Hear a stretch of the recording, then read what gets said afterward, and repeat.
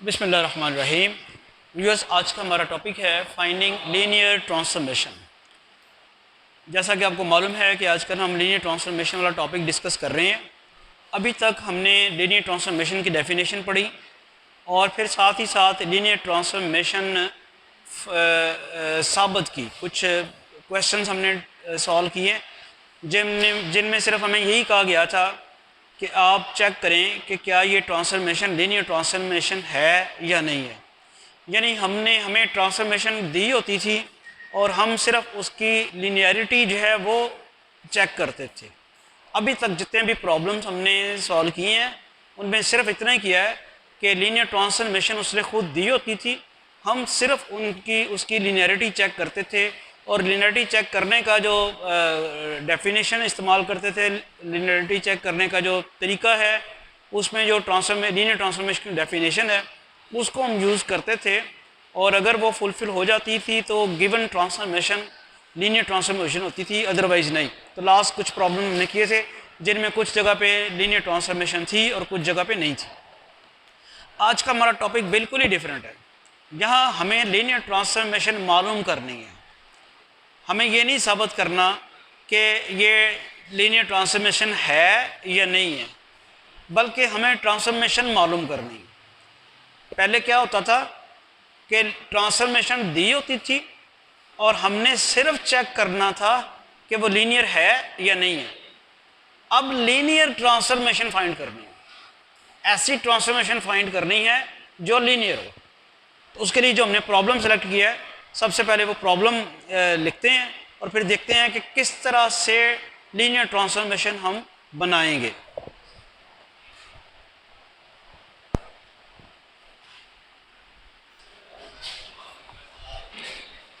अच्छा, अब ये क्वेश्चन तो मैंने लिख दिया, मैं भी आपको एक्सप्लेन करता हूँ कि क्वेश्चन क्या है और किस तरह हमने लीनियर ट्रांसफॉर्मेशन बनानी है। इससे पहले मैं आपको ये बता दूँ कि ये बेसिकली एक क्वेश्चन नहीं है, ये एक स्ट्रेटजी है जो गिवन डाटा से आप लीनियर ट्रांसफॉर्मेशन बनाएंगे। यानी आपको आज इस लेक्चर में सिर्फ स्ट्रेटजी समझनी है, क्वेश्चन नहीं समझनी। क्वेश्चन समझने में और स्ट्रेटजी समझने में बड़ा फ़र्क होता है। जब आप क्वेश्चन समझते हैं तो आप स्पेसिफिक उस क्वेश्चन में हो जाते हैं और फिर अगर वो क्वेश्चन से हट के क्वेश्चन आए तो आप कहते हैं कि ये तो शायद हमने क्वेश्चन किया नहीं हुआ, मेमोराइज कर लिया होता है आपने। तो जब आप स्ट्रेटजी समझते हैं तो फिर वो मैटर ही नहीं करता, क्वेश्चन जो मर्जी हो जाए फिर वो मैटर नहीं करता, स्ट्रेटजी समझ आ गई है। तो अब पहले हम देखते हैं कि इनपुट क्या है, क्या चीज़ है जिससे हमने ट्रांसफॉर्मेशन फाइंड करनी है, जो कि लीनियर ट्रांसफॉर्मेशन। और कैसे फाइंड करना है? कहता है let v1 1 1 and v2 1 0 be a basis for R square. अब यहाँ एक वर्ड यूज हुआ है बेसिस, उसको भी अभी मैंने पिछले लेक्चर में अपलोड तो किया हुआ है, लेकिन अभी फिर डिस्कस कर लेंगे कि बेसिस से क्या मुराद है।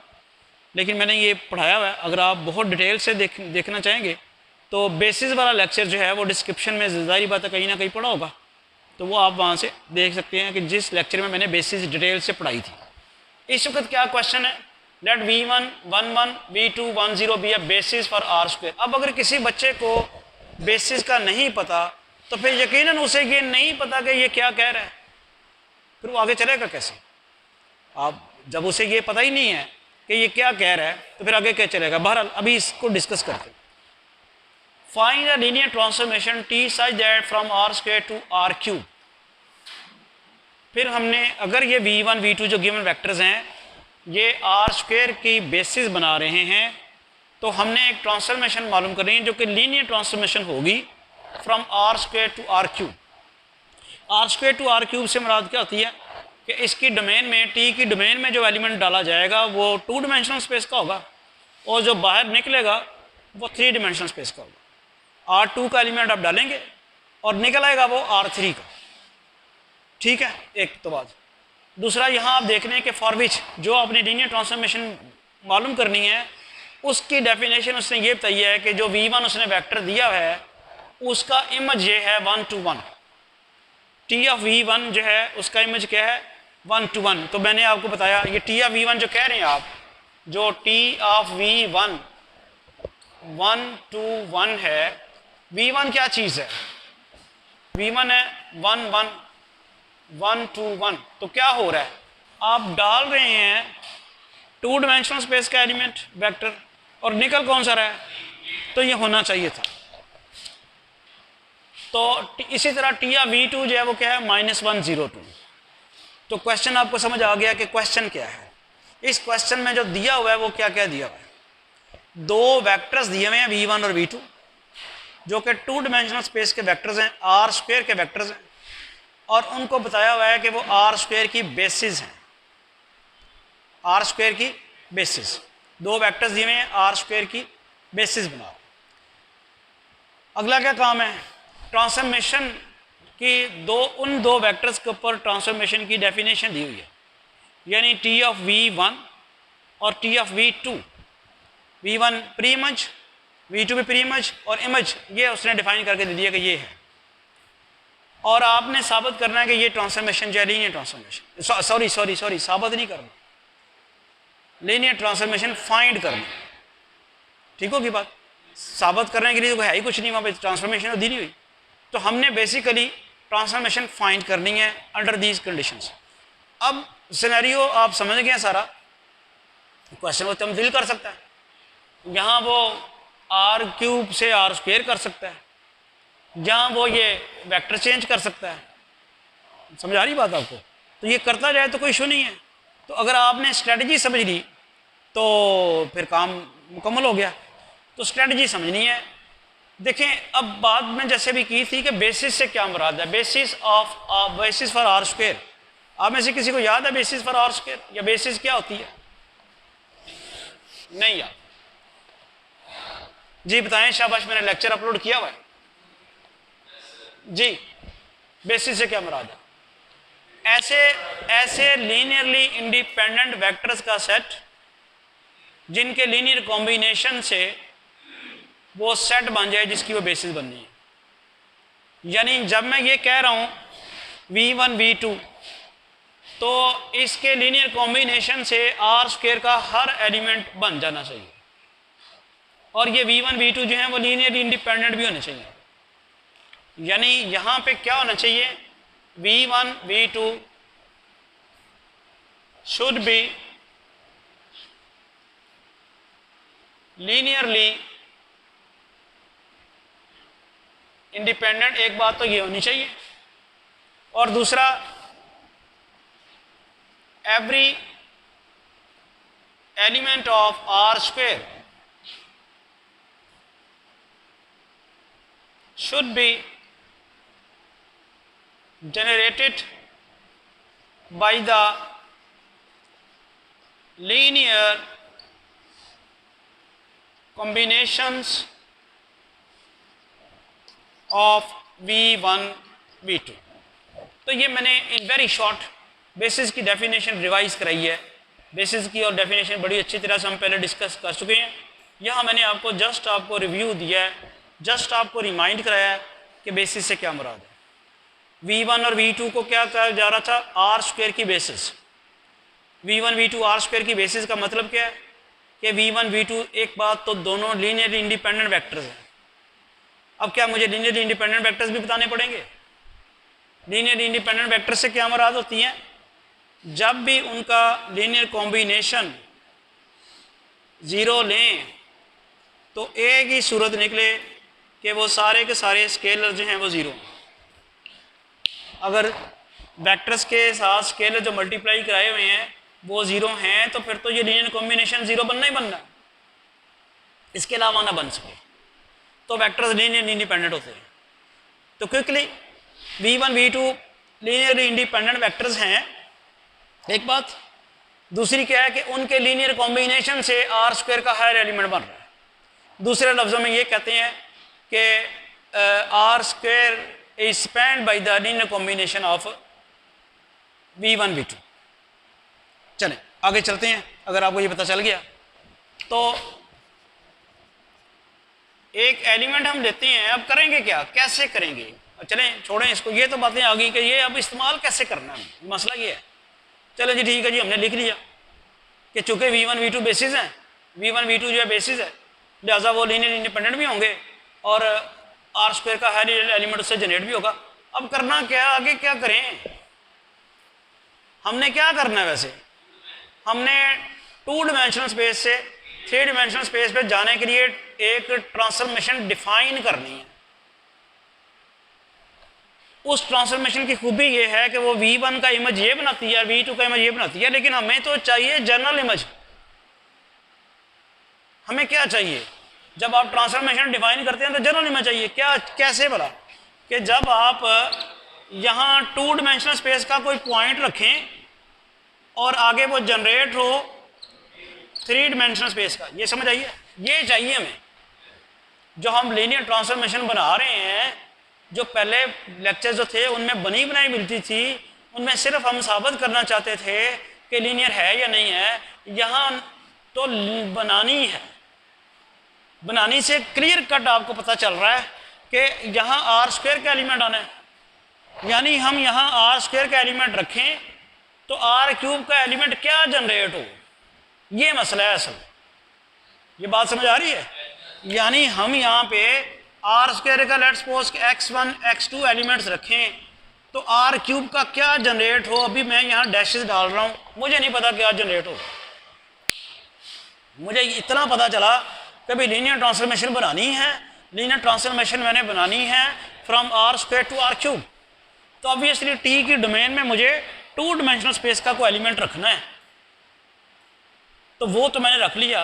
अब आना क्या है, असल मसला ये समझ आई, आना क्या है, तो जो रखना है वो तो लें जरा। रखना क्या है, R² का एलिमेंट। क्लियर हुई बात। तो मैं इसको स्ट्रेटजी के अंदाज में आपको डिस्कस कर रहा हूं कि स्ट्रेटजी आपको समझ आया कि करना कैसे सवाल। तो हमें ये तो पता चला कि R² का एलिमेंट रखना है, R³ का किस किस्म का निकलना है वो नहीं पता चला। तो हम सपोज करते हैं late x1 x2 belong to R², ठीक हो गया।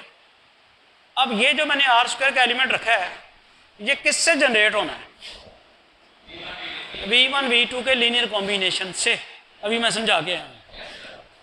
देन क्या होगा, ये जो एलिमेंट रखा है x1 x2 that will be the linear combination of V1 3 तो आना ही नहीं ना, 2 वेक्टर्स का लीनियर कॉम्बिनेशन। किस किस का, A और V का नहीं, V1 और V2 का। बात तो V1 V2 की हो रही है। बेसिस जो है वो वेक्टर्स V1 और V2 को कह रहा है, और V1 V2 का लीनियर कॉम्बिनेशन जो है that will make a point of R²। Basis अभी मैंने बताया आपको, बेसिस से क्या मुराद है, इसकी बेसिस से क्या मुराद है, इसके वेक्टर, उस वेक्टर्स के जो बेसिस बन रहा है उस वेक्टर्स के लीनियर कॉम्बिनेशन से इसका हर एलिमेंट बनना चाहिए, ये बेसिस है। तो मैंने इसका एक एलिमेंट लिया x1 x2, ये V1 V2 की लीनियर कॉम्बिनेशन से बनना चाहिए। आगे समझ, आगे चलते। आगे मैं भी कुछ नहीं कर रहा, ये A1 मैंने लीनियर कॉम्बिनेशन बना ना, मैंने जहाँ वहाँ अल्फा बीटा रखे थे, यहाँ मैंने A1 B1 रख दिए। अल्फा बीटा मैंने जानबूझ के यहाँ नहीं रखे क्योंकि उसका तल्लक लीनियर ट्रांसफॉर्मेशन के साथ हमने एसोसिएट किया था, तो आपको कन्फ्यूजन हो। अदरवाइज स्केलर्स आप जो मर्जी रख सकते हो। V1 की क्या वैल्यू जरा बताइएगा, +1 0, ठीक हो गया। A1 प्लस B2 0, फिर क्या हो जाएगा A1 प्लस B2 A1। तो इससे कोई इक्वेशन नहीं बन रही।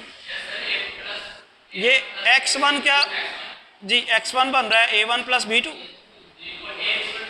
x1 बन गया ना, ये x1 पहला कोऑर्डिनेट है, ये बन गया, और x2 दूसरा कोऑर्डिनेट। तो x2 की तो वैल्यू डायरेक्ट ही निकली, क्या निकली A1। यहां से हमारे पास स्केलर की वैल्यू A1 निकला है x2, और इसको ही अगर मैं यहां पुट करता हूं, A1 की वैल्यू क्या है,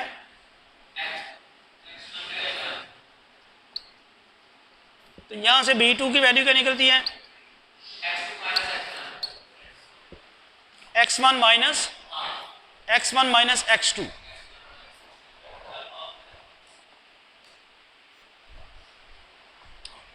तो यहाँ से x1 चुके निकला था a1 प्लस b2 और x2 तो डायरेक्ट ही निकला हमारे पास a1। यहाँ से हमने a1 और b2 की वैल्यूज़ निकाली, a1 और b2 की वैल्यूज निकाली। ये क्यों निकाली है भला? इस सारे सिनेरियो में हमारा a1 और b1 ही अननोन है।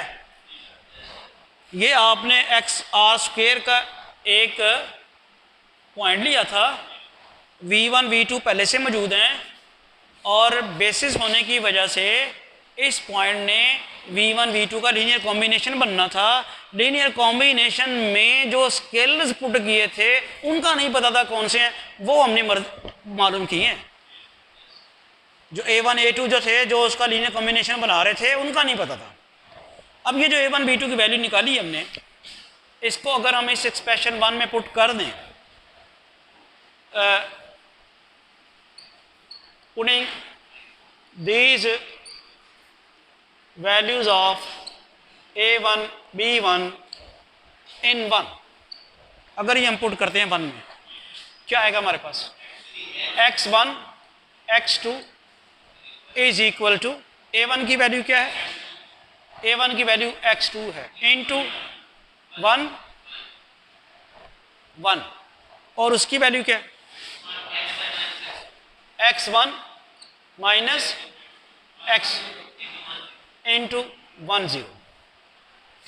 ये वैसे 1 में पुट करनी थी तो मैंने उसकी वैल्यू में पुट कर दी है, नीचे वाली वैल्यू में पुट कर दी है, कोई इशू नहीं है। आप यहाँ b1 वो तो मैंने उनकी वैल्यू पुट कर दी, कोई मसला नहीं है, वो भी कर सकते थे आप, ठीक है। जो मैंने v1 v2 की वैल्यूज मटाई है ना, जो वो यहाँ लिख के आप सिंपलीफाई करें, आपके पास यही आ जाएगा, क्योंकि ये इसका लीनियर कॉम्बिनेशन, ये इसके बराबर ना आए तो फिर तो मसला ख़राब है। v1 v2 की जो मैंने वैल्यूज अभी मटाई है ना, उनको आप लिखें और सिंपलीफाई करें, you will get this one, ठीक है। अच्छा जी, अब ये आ गया, हमने ये देखें जाना किस तरफ है, t ऑफ x1 x2 मालूम करना है, किस तरफ किधर जाता है, यही है ना। x1 x2 मालूम कर लिया, x1 x2 मालूम कर लिया, तो इसके ऊपर t अप्लाई कराएं ना ज़रा, t ऑफ x1 x2, उधर भी क्या होगा, t of x2 v1 plus x2 minus x1 minus x2 v2। ये तो आप सबको मालूम है ना कि हम लीनियर ट्रांसफॉर्मेशन मालूम करने जा रहे हैं। लीनियर ट्रांसफॉर्मेशन, जो ट्रांसफॉर्मेशन हम फाइंड करने जा रहे हैं उसके बारे में हमें पहले से पता है कि वो लीनियर। तो लीनियर ट्रांसफॉर्मेशन की तरह डेफिनेशन याद कराएं मुझे, या मैं आपको याद कराऊं। Alpha v1 plus beta v2 alpha t of v1 plus beta t of v2, ऐसे होता है। तो यहाँ अल्फा क्या है, x2, यह अल्फा x2 है स्केलर। बीटा क्या है, x1 माइनस x2। जो ट्रांसफॉर्मेशन हम मालूम करने जा रहे हैं, चूंकि वो लीनियर है, लिहाजा क्या आंसर आएगा, x2 t of v1 plus x1 minus x2 t of v2। वजह आप बताएंगे, सिंस t इज लीनियर। ये सबको स्टेप समझ आ गया। x2 जो है वो स्केलर है, x2 t of v1 x1 minus x2 और t ऑफ v2, आगे कोई मसला नहीं है। आप जरा देखें यार, t ऑफ v1 उसने खुद दिया हुआ किसके बराबर है, 1 2 1, और t2 भी उसने खुद दिया हुआ, वो क्या है, -1 0 2, ठीक है। इसको सिंप्लीफाई करें तो ट्रांसफॉर्मेशन आ जाएगी। देखें जरा, x2 2x2 x2 प्लस उधर क्या होगा बोला, वो माइनस, ये यार मैं बार बार x1 माइनस x2 है, माइनस x1 प्लस x2 0, और फिर 2x1 माइनस 2x2।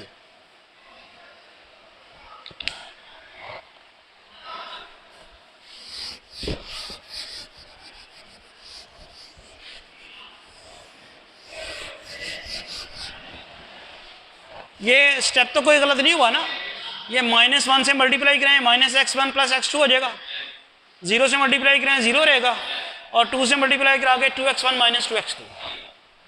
अब क्या होता है, पहले में ऐड होता है, क्या आएगा -x1 + 2x2, 2x2, फिर 2x1 - x2। क्या समझ आई? 3 डायमेंशनल स्पेस का पॉइंट जनरेट हुआ। डोमेन में क्या है, x1 x2, इनपुट क्या थी r² का एलिमेंट, और निकला क्या है। तो this is how we can find the linear transformation. Hopefully आपको समझ आ गया होगा, और ये स्ट्रेटजी है। अब इस तरह का सवाल जो मर्जी आए, कैलकुलेशन आप देखें और कर लें, और आपके पास तो वीडियो मौजूद है, बार बार देख लें। Thank you.